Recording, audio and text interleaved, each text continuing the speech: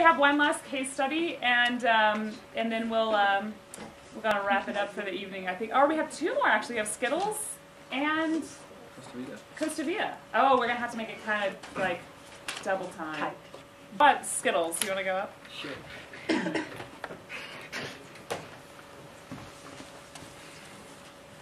Well, we kind of got an easy one because Gwen had already done a lot of the work for us.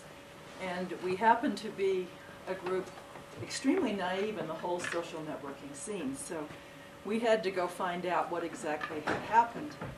And it looks like, from our perspective, they got a lot of free press. And now the backlash is actually creating more good information for them. We spent some time trying to find the negative stuff. You know, what was it that was so bad and so offensive?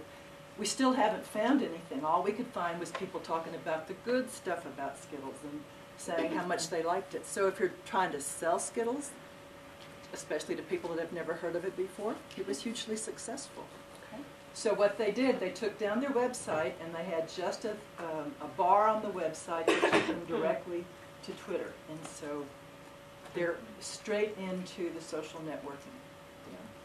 It's actually like that right now. If you go to skittles.com/chatter, it's still search that Twitter. They have not changed a thing. They did not respond in any way. We could find nothing even indicating that they were aware of the whole flat. Interesting. Yeah. So they have, and maybe it's their lack of response. You know, somebody said earlier that, you know, for every action there's a reaction. So if it was hugely negative, now they're going to have this hugely positive reaction by not reacting, by not moderating. Mm-hmm.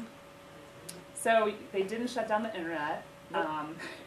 They didn't shut down. They didn't moderate the chat, Right. and there's nothing bad going on. So that's another angle on this. Mm-hmm. Very good. Okay. Gwen, do you know if the age thing, Yeah, how you have to enter your age was in there. that there from the beginning? That I don't know. Because I'm wondering, because I did observe it when it was just the search page, and I don't remember having to enter my. That might be the one filter they put I don't in. remember. I don't remember doing that as way to either. monitor the profanity. Yeah, could be. Well, I think Yeah. it's just saying that like, yeah, if you can't see the profanity. If it's like if you're under a certain age, probably it wouldn't allow you access. But you can always And plug what it. else they did was they actually added their product stuff back in, because when they first did that whole thing, I thought it was weird that you got to the site and you couldn't even, if you don't know who they were, Right. there was no way for you to go search and see who they were. That makes a certain amount of sense. I mean, Burger King put out those masks and asked people to upload videos, and they just sort of had to take what they got back. Right. And if you stream too much of it, people will make a fuss about that too. Yeah, and they won't want to hang out on the site, will they? Yeah, exactly. Good point. Okay. Okay, I'll go cook. Costa Vida.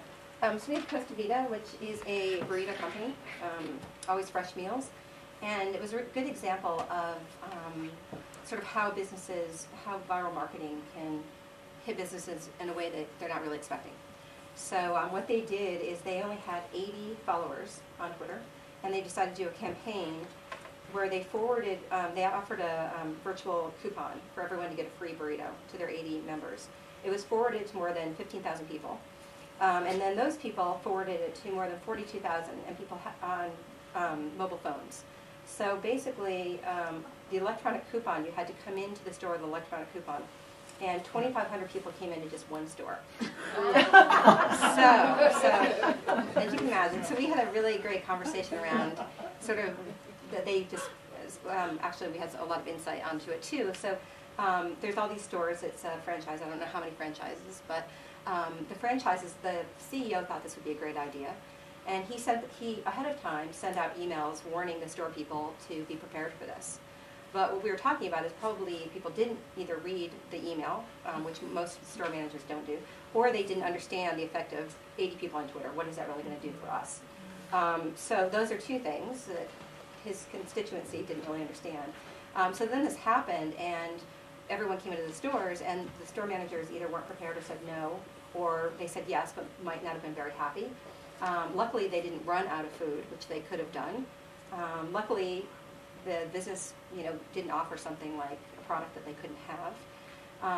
And then we kind of talked the next step about it. What would you have done if you had been a company that couldn't provide what you offered? What would you say to the company? And a good example was $5 a coffee. How could you have offered something to your customers, because it is the first time many of them have ever been in your store. So we talked about kind of the follow-up to control, manage what you've made a mistake on. Obviously, they should have spent much more time being thoughtful about what the campaign could potentially do. Started with a very specific time frame, started with a very specific store, done a 2-for-1 offering, and really looked at the potential of how do we want to bring more people into a store to try our product that might not have tried it before. And then on the other side, we talked about how could you monitor. So there's some great new tools on, is it Twitterific that does it, Google Analytics, Twitter?